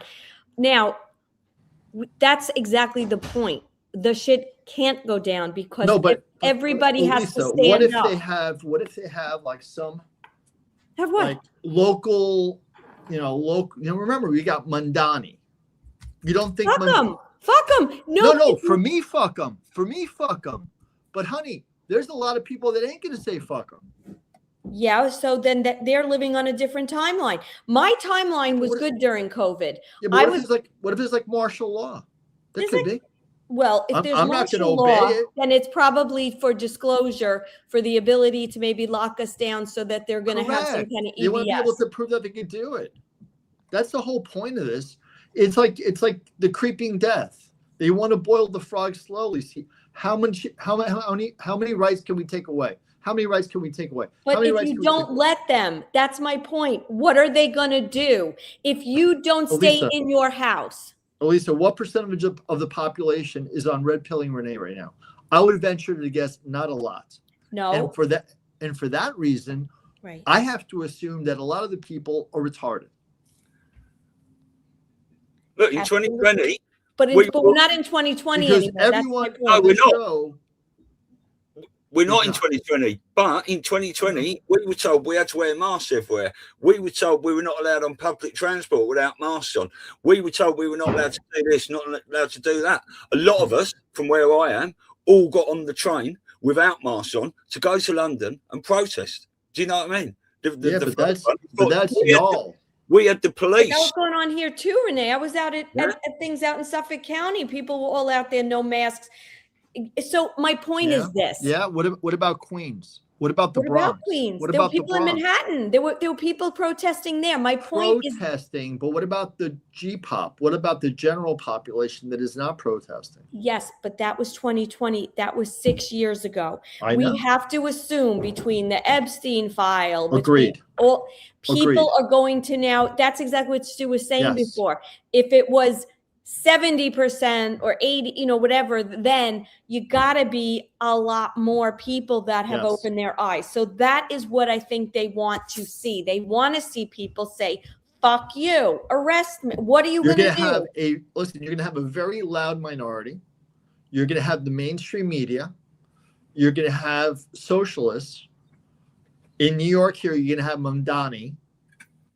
I wouldn't be surprised if Hochul will chime in, because I've been seeing her policies they're not helpful. So you're going to know really quick who wants to control us and who doesn't. Well, you're absolutely right. But however, let's look at the logic of this. They took out Cuomo, right? Do you really think a bad guy was going to get in there?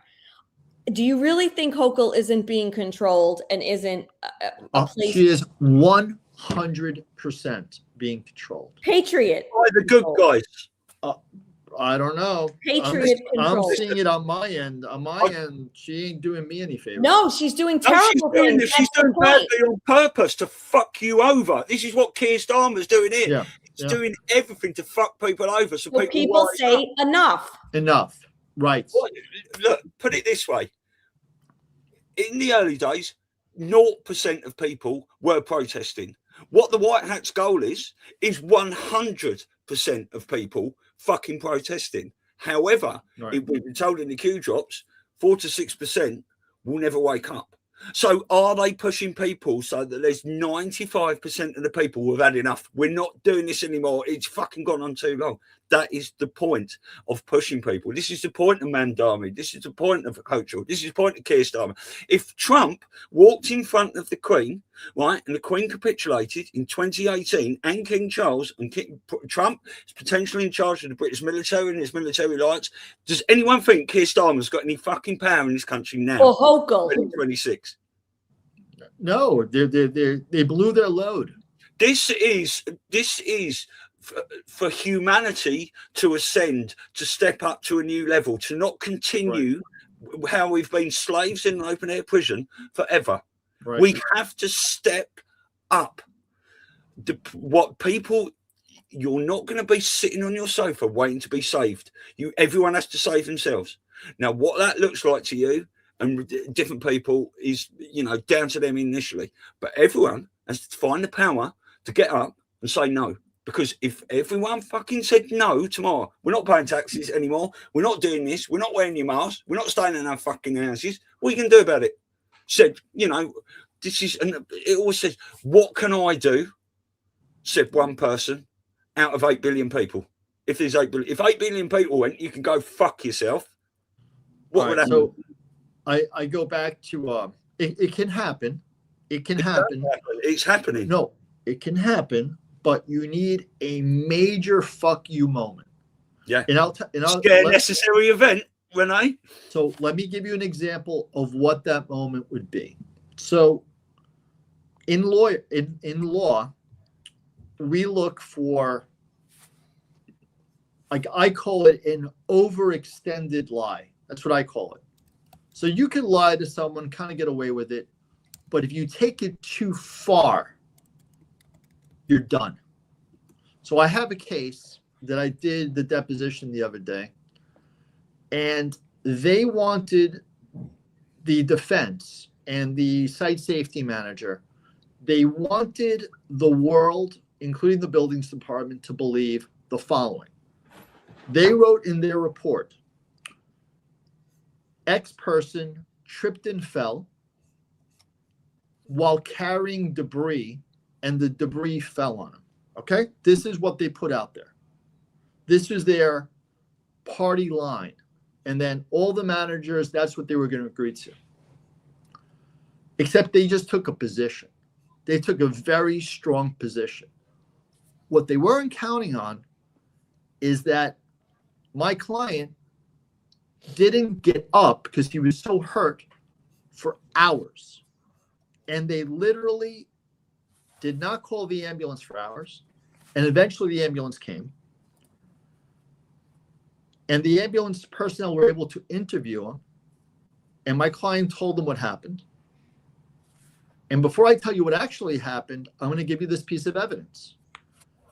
He was able to call his nephew that was at a different construction site to come to this construction site and to take a video of the top of the construction site. It turned out, and remember that the party line was he tripped and fell on something wet. They even said, what's the remedy? Dry the floor. Like, they really are like being all professional, but it was a blatant lie. It turned out that the entire section of decking had collapsed on my client. And my client was like a ghost filled with wet concrete. And there's a smoking gun of the collapse on this video and dripping concrete because that's what overloaded the deck. So once you go too far in a lie that can be easily refuted, that's when you're done. What do you think? So that's what the people need. The people need that aha moment. That, like, really? Yeah, whatever. They need that yeah, whatever moment. And then once you have that yeah, whatever moment, that's when the collective will go like this. Yeah. Why do you think things are getting more and more absurd? It's not the dark side doing it, right? Right. White House are pushing this. You cannot tell people the truth. You must give them show cheese. Give them cheese. Push them and push them and push them until they have to come out. They can't back away anymore. They've got to come out the corner fighting. Right. Everyone. Because when Trump said in 2017, how many times I've got to say this? We'll give power back to you, the people. The people are not ready. Right. The people will only be ready to be saved and ascend and move onwards in this humanity experience when they all rise up together and say, we demand change. Yep.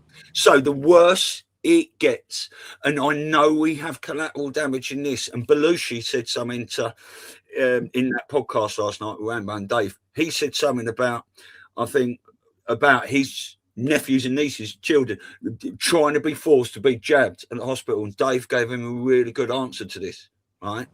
It's, you know, local action equals national impact. People have to get involved everywhere because, right, they have been attacking children for hundreds and thousands of years, you know,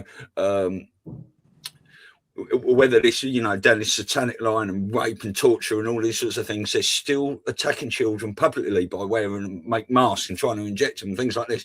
This would go on forever, right? If the people didn't rise up.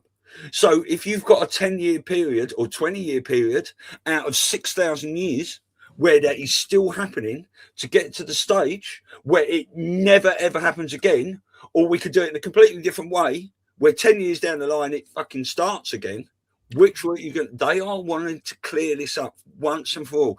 Get rid of every Nazi, get rid of every paedophile, get rid of every criminal.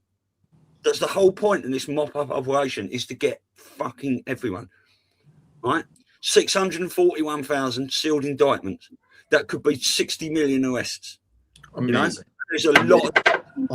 That's a lot of handcuffs. Everything you're watching, right? Whatever you're seeing go on in the public narrative, there is sting operations and monitoring by the military behind the scenes to get everyone, so these people can't go underground and come out again in 10, 15, 17 years.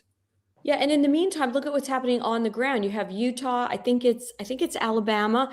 They now have laws saying you rape a child, you die. Yep. Utah is doing it by firing squad. Right. Allegedly. Right. Okay. So I wanted hanging. I mean, but I'll take fire. I mean, I'll take that too. It's a waste of good lead and steel. It is. The other way, you just have like a reusable rope. It's like recycling. It's a reusable resource, rope.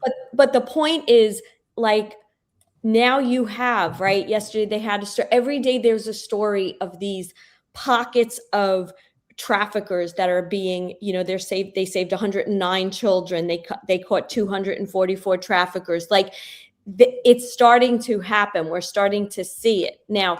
Maybe it's not in the news the way it needs to be, but it's starting to be. So like Stu says, you're going to have this period of chaos until you can get rid of all of them, all the, and then, you know, like you have to think about all the sting operations. There's probably a gazillion more than we even know. But look at what they did with the adrenochrome, right? They knew that this was headed for these lunatics. They and I don't know the science behind it. It was either some kind of isotope, something that they put in there. So now they were able to find everyone who took it. Is that right? We've heard. Allegedly. So now you've got you're able to find all these bastards, and you're able to go after and then not just get them, but follow where their sphere is and what they're doing, right? That's a true sting operation. It's not just a person. We saw all these Peter's friend 77 just said, electrocute the generals first, though, please. Yes. But, and he did say please. Yeah, that's Wendy. That is. You know, it might be a good time to invest in wood chipper companies. Just say that. Yeah. I was going to say something else, I can't remember. You know, and here's the irony too. I think who just said this?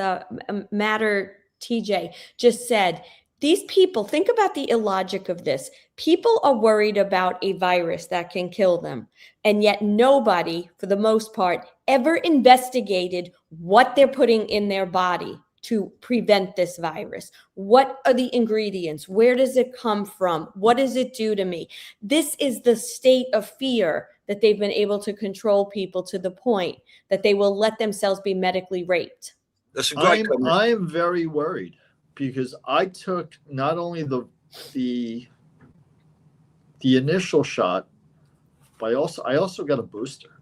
So I'm worried. I truly, as your relative and friend, this is me, my opinion, I wouldn't be worried. Okay. Because Why, you think that it was improved, or I think saline? it may have been part of the operation. Okay. I think that a lot of it was probably infiltrated already. And I also think there's a reason that they were so strong to come out with a lot of these protocols, because they knew even if this last jab had was, let's say, saline, we'd been already poisoned in so many ways in the past with everything else that we'd taken unbeknownst, all of us, myself included. Right. And so they want us to start cleaning ourselves up, cleaning our children. So I am of the personal belief that COVID was an operation, whereas the flu vaccines, all the shit we gave our kids, that's where the cleanup has to happen. That's why it's important to take the zinc and take the you know what I mean? Like just do all these things to be healthy. So I remember being online. Like, you know, we just wanted like normality, you know, like just like normal life. And it was like one of our first nights out because everyone got, you know, we got our card. Like, look, I got my card. It's like, show me your papers. I was like, yeah, you're my papers. And I remember being online for Dave Chappelle. It's like, you know, comedy show. We finally got out. We're gonna go watch a show indoors. Which, you know, was nice being outside and everything for a lot of time. That was cool. Like, I rode a bike every day. It was great. I made the best of it with my family. And I remember just being on this line, and instead of asking for your tickets, it was first show me your card, then show me your tickets. Like, fuck. Yeah, it was an eerie feeling. I was thinking to myself.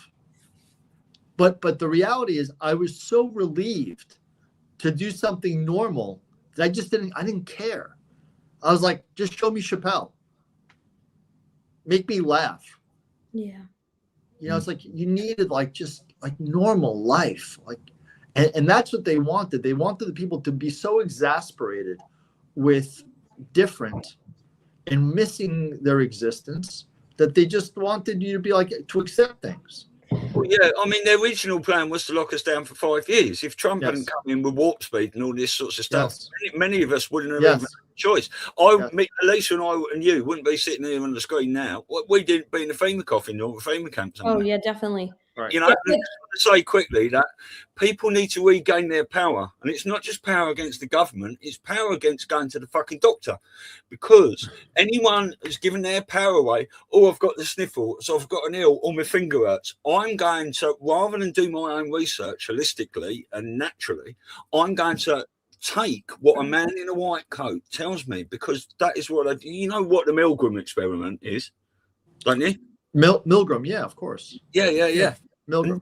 This is it. People, I think they found that 65% of people would electrically shock someone to death. If a man in a white coat, because it's an instruction from a person of power. Yeah.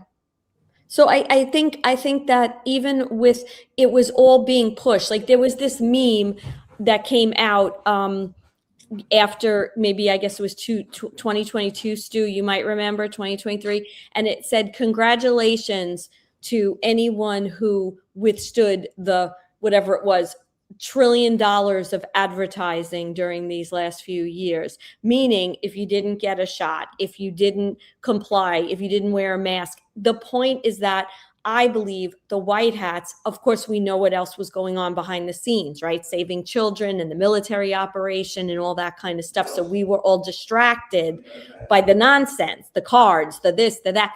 But the point is that they were pushing and pushing and pushing to see what percentage of people are going to just not comply and embrace their power. And they realized we're probably worse than we thought. So now we have to we know where we are. So now 6 years later, I don't think we're where we were. You know, yeah, All there's right, so still I gonna want be to these knuckleheads. share this with you. I had shown it before, but there's another variable in these diseases. So not only is it every certain amount of time. Actually, I don't think that that's true. My thesis was going to be, because it made sense, that the severity of the virus was escalating. Clearly, there's an escalation between hantavirus that has a 40% mortality and COVID, which has a 1% mortality. Clearly. But what I was trying to do is actually say, okay, SARS 1, right? 2002, SARS 1. And then swine flu. And then COVID. No. SARS, swine flu, what throws it off is Ebola. Because airborne Ebola is like that from the movie Outbreak. Remember, like the movie Outbreak, airborne Ebola?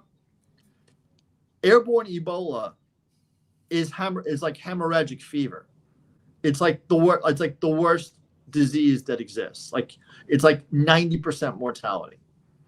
Except maybe that Ebola was not of that variant. So anyway, we go SARS 1, 2002, swine flu 2008, Ebola 2014, COVID SARS 2 2020, hantavirus 2026. So not only is it every 6 years, we need to analyze. We should analyze it. Maybe ask one of your experts if the severity of those strains incrementally got worse. The only thing that's got me upside down a little bit is that Ebola. But maybe the Ebola that we dealt with in 2014 wasn't like the one from the movie Outbreak, which is like, oh, it's airborne, 90% mortality. That's like, it's like World War V. Oh, okay. So I'm going to throw something out. I'm going to sound a little bit like JF Anon and Sapioplex. But what if the war, to an extent, was really being fought in the 80s and the 90s? And what if, I don't mean like the war that's going on to save the children and the tunnels and that kind of shit. I'm talking about this political takedown, infiltration, where people were really getting killed, and from both sides. Listen, in the 80s, I was at the tunnel, as in the nightclub. No, I understand. But what I'm saying is, what if all these viruses and all this stuff, what if the white hats were still somewhat in control? And what if a lot of this, we'll never really know 100%, but what if this operation was already starting and they were already testing people? They were already seeing, what the compliance. Now, maybe they hadn't cleared everything out yet, but I am of the ilk, and again, I have no intel, I don't know, that if they started the Q operation in 2017 and they were starting to get people to think and look at things and expose stuff, that I'm going to be of the ilk that they were pretty much in control by that. All right, so I'm gonna tell you what I think. Let's accept what you're saying. All right. This works for me in my lawyer brain. If we're headed to a far greater, far more impactful disclosure, it's like, let's see how the people react to this virus. Let's see how they react to a president being shot. Let's see how they react to the Epstein files. Like we're getting hit with some nasty shit. But it's only to see that society doesn't fall apart. Look at it like that. Did society fall apart with Epstein? Did not. Did society fall apart with COVID? Did not. Did society fall apart with several presidents being shot? JFK, Reagan, Trump? Did not. Because what's coming is aliens. What's coming is Dracos. What's coming is the stuff that here in the red pill circle we've been discussing, but humanity is only now starting to get glimpses of it because of Epstein. So I think if you look at it with that perspective, it is boil the frog once again. Let's boil the frog of humanity little by little, get them acclimated to all these crazy fucking disclosures. So this way, when the shit hits the fan, so the fabric of society does not break. We agree on this? Yeah, that's a good point. Yeah. Yeah. You know, so if you look at it with a white hat centric.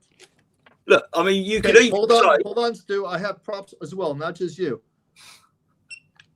And we hit them with lasers. You got red light therapy going on under there. That's right. That's why I wear the damn thing, so I can kind of. Yeah, I mean, look, you listen, could if say if I'm going to live to 150, I might as well have hair. Right, you could say the frog in the pot. They have been boiling us in the frog in the pot for generations.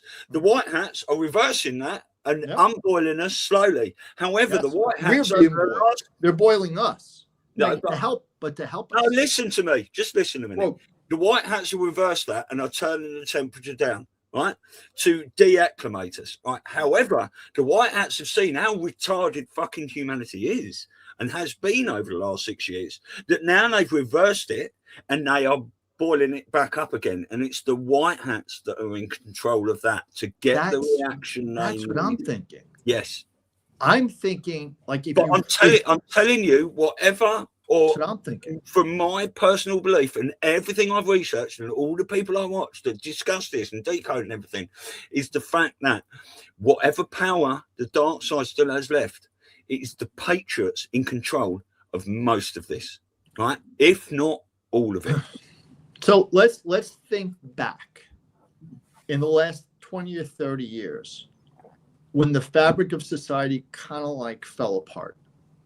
All right. I can think of one right now. Rodney King.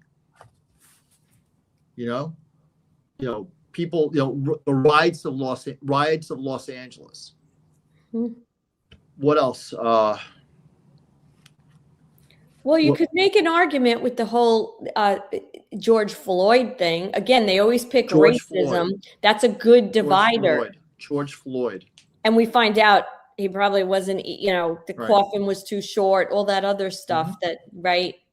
So those were the times that, like some of the, like Martin Luther King, like these events that really made the fabric of society start to kind of break a bit, but then over time, it's like we're getting almost like we're getting stronger as a people. Like we're just so used to bullshit that we can handle it better. Like there's less real outrage and more fabricated outrage. Because like we go back to the video of the guy on the cruise ship. I mean, come on. I mean, that's the most fabricated load of bullshit I've ever seen. Yeah. Clickbait. Yeah. Yeah. I mean, I think that, so I had a conversation with my younger daughter the other night. It was pretty interesting because we really went down some rabbit holes. And I said to her, we talked about the trafficking. Now, these young kids are not as, let me use the word, shocked because they have the internet and they're aware, and pedophilia is something that they get. They see it. They understand these concepts, and they're a lot smarter in many ways than our generation. Okay. They're also a lot kinder. They're also a lot more forgiving, and they don't have the prejudices that we grew up with. But I said to her, because she was making a lot of good points, and I said, look, let me just leave it at this. And I red-pilled her with some difficult stuff, which she was so mature. She said to me, Mom, when you talk about these aliens and you talk about how many Satanists there are in the world, I'm not saying it's not true, but I'm having a really hard time with it. Yeah. And I said, of course, we all did. I said, but this is what you need to remember above everything. It's the compound effect. if you went on a diet today, you're not going to really notice in a week or 2 weeks, right? You cut all kinds of sugar out, you start making changes, right? But in 5-6 months, someone's going to come up to you and go, wow, what are you doing? You look great. Well, it's the same with this operation. We're not going to maybe notice much in the next 6 months, maybe a year. But in another 5 or 10 years, when you're entering your 30s, you're going to be living in a completely different, beautiful world than you can even imagine today. And that's the takeaway. Yeah, 100%. I just want to, there's a couple of comments there. MN Jesse said, sorry, I don't believe the white hats were in control in the 80s and 90s. And Matert J said they were in control. They weren't in control then, but they have been planning for a while, which is amazing. And my friends always laugh when I say this to people, right? I've got 16 hours of Trump stuff you can watch that may change your mind. Now, this is by Charlie Freak. There's many people that go, oh, I don't like Charlie Freak. You know, don't care. Charlie Freak has done some amazing stuff. Trump has retruthed him many times. It was him that was going into the full details of the capitulation tour. But Charlie Freak did a 4-part series going everything about Trump through the 80s, how he had to pretend he was one of them and stuff. And if you want to watch anything that will blow your mind and open your mind up to how much of this was going on back then, Elisa's watched it. I've watched it. I will send it to Rene, but he won't watch it.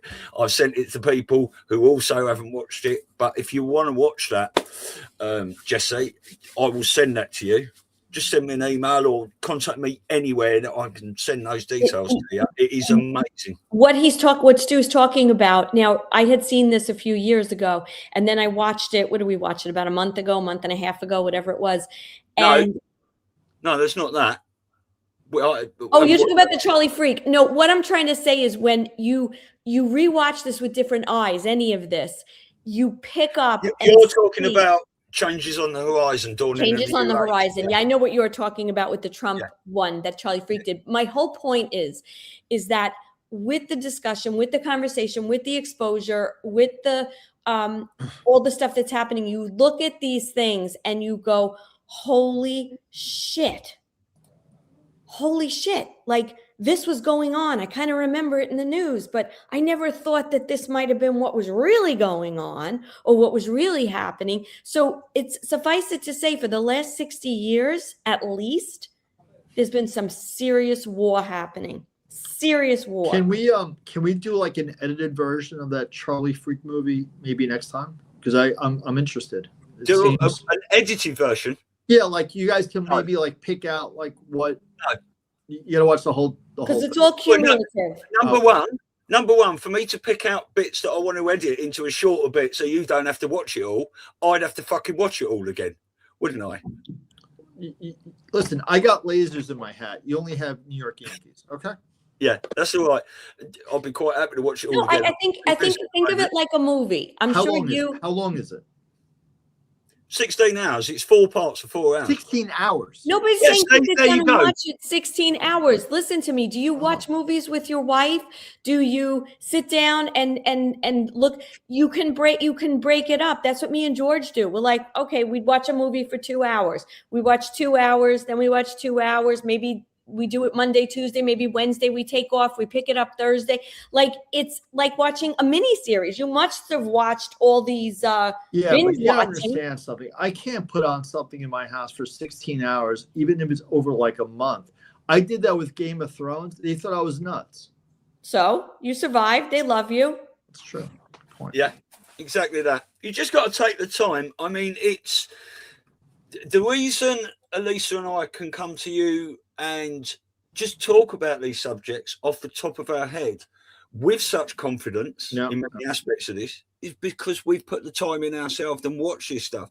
I sent my brother, right, our 2 hours with Larry Ballard about the silver squeeze because he was asking me stuff. And he said, oh, that's 2 hours long, right? Can you simplify it for me? And I just said, no, I can't. You know, you either watch it, you take the time. I can't simplify a slideshow presentation about everything and how it connects. Right. I can't do that, you know. Maybe you guys could just send me like a good link, and what I'll do is I'll watch it. Like if I can't sleep at night, I'll watch it for an hour. Well, I've got it all saved. I've got all 4 links saved. I've got Emma and Jessie. She's just got my email there. I'm going to send it to her. All right, I would appreciate you sending that. Just take your time, watch an hour here and an hour there. But when I start watching these things, it's like I can't watch any TV or anything like that, or movies really anymore, or sport. I just don't enjoy it. But when I get engaged in something like this, I have a little binge watch. Listen, I have binged. I'm going to admit, okay, I'm a big binger. I have binged Breaking Bad. I've binged that one with England. I forgot that one. Downton Abbey. I have binged. If you can do that, that's how then I'm able to binge, if you will, this stuff, because it's entertainment in the sense, but this is real life of what we're watching and looking at. Yeah, I just want to say I will put it in the comments, the permanent comments under this video as soon as we finish.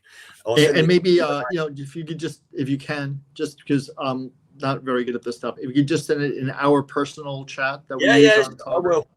Yeah. All right, guys, I need to kind of go. It's 10 o'clock. Great show. Rene, thank you for joining us, and we'll see you next week, my brother. And I'll see you Sunday. Amazing. Yep. See you guys. Happy Mother's Day. Rene, the red pill machine. That's what he is. Right. See you later. Bye. Right. There you go. That is a perfect 2 hours and another wonderful show. I think everyone enjoyed that. We are going to be back. Like I say, I will put that 4-part from Charlie Freak right under this video on the Rumble. I'll do it on YouTube as well, but Rumble's the main one. Yeah, and anyone that follows me on Telegram, just send me a private message on Telegram if you can. And I've got my Stu's News chat as well. If you comment on any of my things, it appears in my Stu's News chat channel. I'll just find out what that is actually. But yeah, to you, Elisa. Oh, I just wanted to read something, right, that I just pulled up, right, it was quite a few years ago, right, 2022, but it's called A Message to the Unvaccinated, right, and this is author unknown. This will take me a couple of minutes to read. Even if I were pollinated and fully vaccinated, I would admire the unvaccinated for withstanding the greatest pressure I've ever seen, even from partners, parents, children, friends, colleagues, and doctors. People who are capable of such personality, courage, and critical ability are undoubtedly the best of humanity. They are everywhere, in all ages, levels of education, states, and ideas. They are of a special kind. They are the soldiers that every army of light wants to have in its ranks. They are the parents that every child wants to have, and the children that every parent dreams of having. They are beings above the average of societies, and they are the essence of the people who have built all cultures and conquered horizons. They are there next to you. They look normal, but they are superheroes. They did what others could not. They were the tree that withstood the hurricanes of insults, discrimination, and social exclusion. And they did it because they thought they were alone and believed they were the only ones. Banned from their families' tables at Christmas, they never saw anything so cruel. They lost their jobs, let their careers sink, had no money, but they didn't care. They suffered immeasurable discrimination, denunciation, betrayal, and humiliation, but they kept going. Never before in humanity has there been such a casting, now that we know who are the best on the planet Earth. Women, men, old, young, rich, poor, of all races, all religions, the unvaccinated, the chosen of the invisible ark, the only ones who managed to resist when everything collapsed. That's you. You passed an imaginable test that many of the toughest Marines, commandos, Green Berets, astronauts, and geniuses could not withstand. You are made of the stuff of the greatest who ever lived. Those heroes born amongst ordinary men who glow in the dark. And I think everyone should take a lot of solace at that, at the fact that we were all discriminated against and we all made a stand and we're all still here fighting together. And I love you all. You're muted. Sorry. And to add to that, we also are called upon now with all that it's our job to be compassionate and loving to those same people who did that, who made us feel kind of shitty in those days. And that's okay, because I believe that we were dotted all over this planet to help raise the vibration. And that's what it takes. And that's what we signed up for. Yeah, 100%. And I've just put my Telegram chat group link in there. So you can all follow my Stu's News channel. But if that group, you can post whatever you like in there and make a comment. And I always see them and I chat with people that, if I see anyone chatting with me, then I can talk to you privately if necessary. But my email is also there, stewiem333@gmail.com. And you can send me any message you like and I will get back to you, because I don't get that many at the moment. Elisa and I are sort of on top of that, aren't we? Which is great. Yeah. Right. So, all right. Well, we're going to be back today at 12:30 Eastern. Yep. And 5:30 UK with Jason. We haven't seen him for a while, huh? Yeah, I'm excited. I'm looking forward to it. Wow. And then don't forget, guys, mark your calendar for tomorrow, Saturday. We've got our family chat again. And so we welcome anyone who has the bravery to come on. You don't have to show your face, but obviously your voice will be there. But we do like to see everyone's face. It's nice to put names with faces. Yeah, and I've already uploaded that upload, and the link is pinned to the top of that on Rumble. So if you just go to that family chat that's coming up tomorrow, you will see the link if you want to join. That's great. And I've got a new video on the end. It's 5 minutes long and it's brilliant. Josh Reed plays this all the time on his show. So I went and found it and I'm going to play it today. All right, cool. All right, so see you guys in a little bit. Love you all. Where we go, when we go all. And I'll see you in 5 minutes, Lisa. All right? Okay, bye.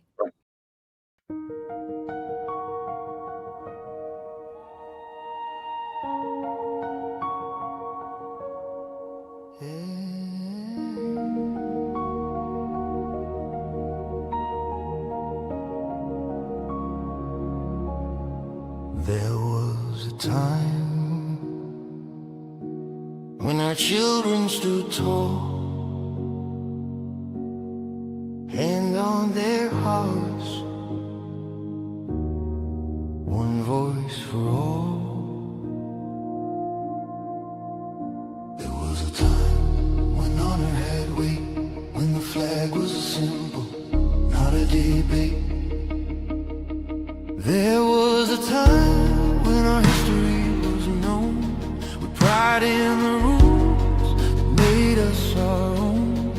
There was a time, respect for the brave, for those who bled, for the lives they gave. Now the homeland burns in silent war. Truth is twisted, we can't ignore. Voice still calls, we the people will not fall. There was a time, but the time isn't near. The great awakening is here. Dark to light, veil under, patriots rise. We are one, land of the free, home of the brave.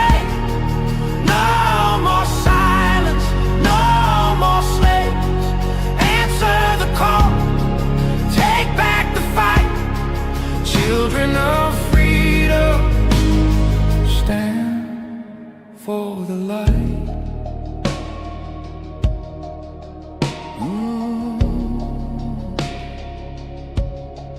There was a time when truth was clear, when the media served, not ruled by fear. There was a time when leaders stood fast, guarding the people, defending the past.